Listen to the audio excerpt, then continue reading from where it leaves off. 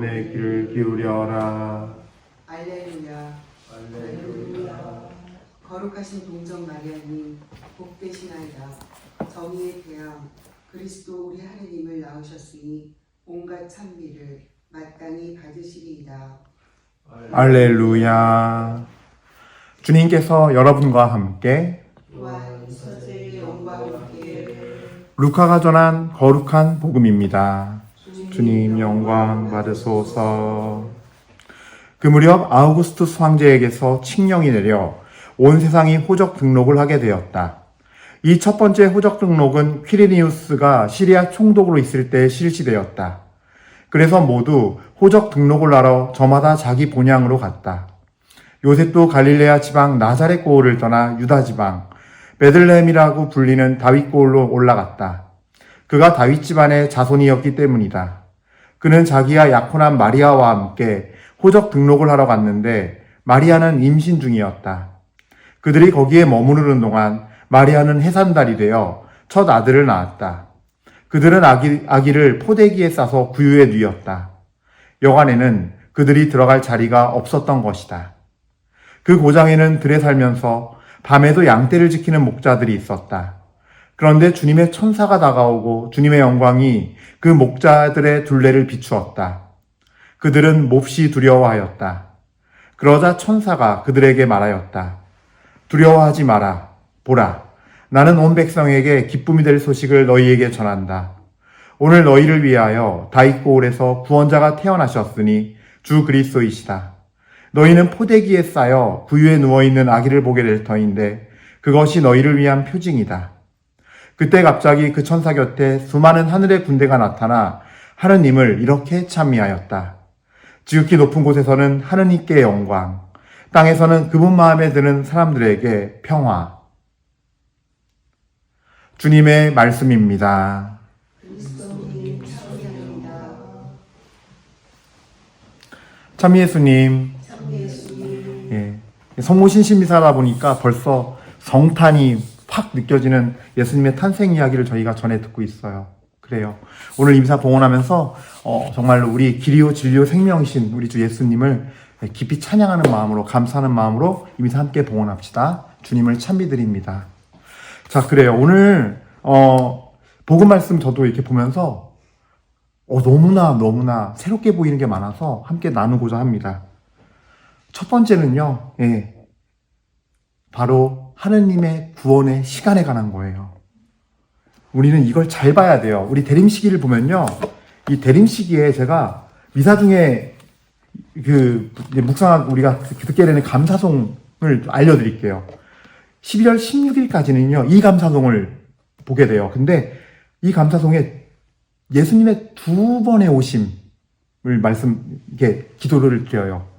그러니까 첫 번째는 구약의 임무를 완수하시기 위해서 우리에게 구원의 길을 열어 들어오신 인간으로 오신 예수님, 사람이 되어 오신 하느님. 이게 첫 번째 예수님이고, 그 다음에 이제 빛나는 영광 중에 다시 심판자로 오실 주님, 마지막 때. 이 두 주님이 계시다는 거고, 우리는 구원의 시간표에서 이 두 주님을 맞이해야 되는 삶을 사는 사람들인 거예요, 결국엔요. 예.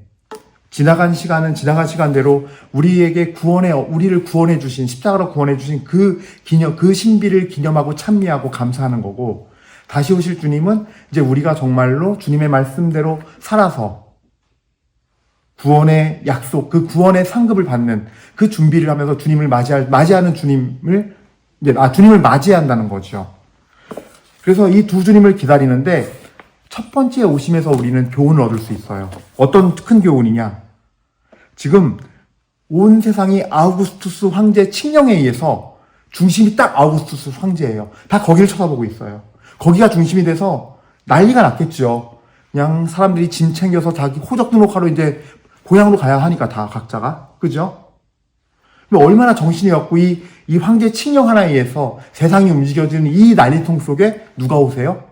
예수님이 오신 거예요. 그럼 우리는 눈을 어디다 둬야 할까요?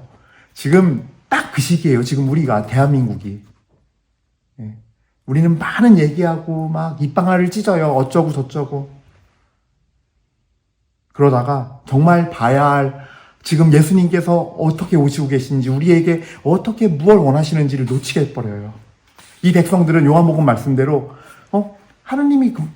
하느님의 아드님이 말씀이 우리에게 오셨지만 백성들은 그분을 받아들이지 않았다 라는 말씀대로 이 아우구스투 황제 칙령 때문에 여관방에 모여서 오늘도 그냥 이 세상 얘기하면서 술 마시면서 자기들이 하고 싶은 대로 그냥 살고 있어요. 여관방은 어쩌면 하느님이 배제된, 하느님을 배제하고서 살아가는 현세의 사람들의 모습을 그 여관방으로 표현했는지 몰라요. 예. 우리도 여관방에서 세상 얘기에 취해서, 세상 것에 취해서, 내 것에 취해서, 내가 추구하는 것에 취해서 살아갈 사람들이 아니라 우리로 떨어져서 봐야 하는 거죠. 그럼 반면에 나타난 대비되는 사람이 뭐예요? 세상과 떨어져 있는 목동들이에요. 근데 여기에 이제 이 얘기는 지금 빌드업이에요. 굉장히 중요한 게 담겨 있어요. 이 안에 사실은. 목동들도 그러니까 세상에서 나와서 사실은 하느님 안에 보호받는 존재들의 모습, 표상이에요. 하느님의 보호 안에 있는. 예수님도 태어나셨는데 여간에 방이 없는 거는 인간의 눈으로 봤을 때 사건의 현상인 거고 실제로는 구유에서 태어나셨어요. 뭐예요? 하느님께서 세상으로 거룩함으로 분리한 거예요. 우리는 구유에서 태어났다니까 얼마나 추우실까 이것만 생각해요. 얼마나 추우실까 그 소냄새 나고 그 똥냄새 나는 거기에서 닭냄새 나는 데서 얼마나 비천하게 태어나셨을까. 틀렸다는 게 아니에요. 여기에 왜냐하면 그것도 맞거든요. 맞긴 해요. 하지만 더 깊은 의미, 거룩함으로 성별해낸 곳이라는 거. 죄와 어둠, 인간들이 짓는 죄와 어둠의 세계에서 하나님께서 보호하심이 있는 거예요. 일단 1차적으로. 그러면서 또 우리에게 메시지가 있는 거죠. 맞아요. 그 비천한 곳에 태어나심으로써 겸손한 왕, 비천한 왕. 그래서 이 세상 태어난 사람 중에 집 없이 태어난 사람도 모두가 다 주님께 오면 구원의 대상이 된다는 정말 가장 낮은 자가 되어 태어나신 거죠. 하지만 이 겸손이 지니는 비밀은 바로 거룩함의 성별이요. 두 번째 비밀은 보호하심이에요. 보호하심. 저도 여기까지 묵상하는데 참 많은 시간이 걸린 것 같아요. 그러니까 제 인생 세월에서 하느님을 만나고 깨달으면서의 영적 여정에서 많은 시간이 흘렀던 것 같아요. 왜 보호하심이라고 자신하느냐? 이제 이제부터 잘 들으셔야 돼요. 자, 아우구스투 황제가 칙령을 내렸어요. 그럼 모여온 사람들이 베들레헴 마을의 사람일까요? 아니에요. 또 여관방에 모인 사람들은 다 외부인들인 거예요. 호적 등록을 하기 위해서 온 사람들. 근데 거기서도 눈에 띄지 않게 보호해 주셨어요. 여기 사람들은 예수님 태어날 때 아무도 경배하지 않았어요. 천사가 알려줘서 저 뜬금없는 베들레헴 저 산에 있는 들에 있는 목동들이 와서 경배하고 갔어요. 마구간에 사람이 있으리라고, 구유에 사람이 누워있을, 애기가 있으리라고 베들레헴 마을 사람들이 생각이나 할까요?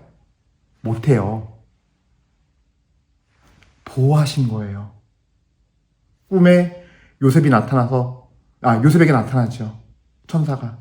지금 헤로데가 광기가 들려서 베들레헴의 아이를 이제 곧 다 죽일 터이니 떠나라 했을 때 쉬었을까요? 어려웠을까요? 쉽지요. 가려지니까요.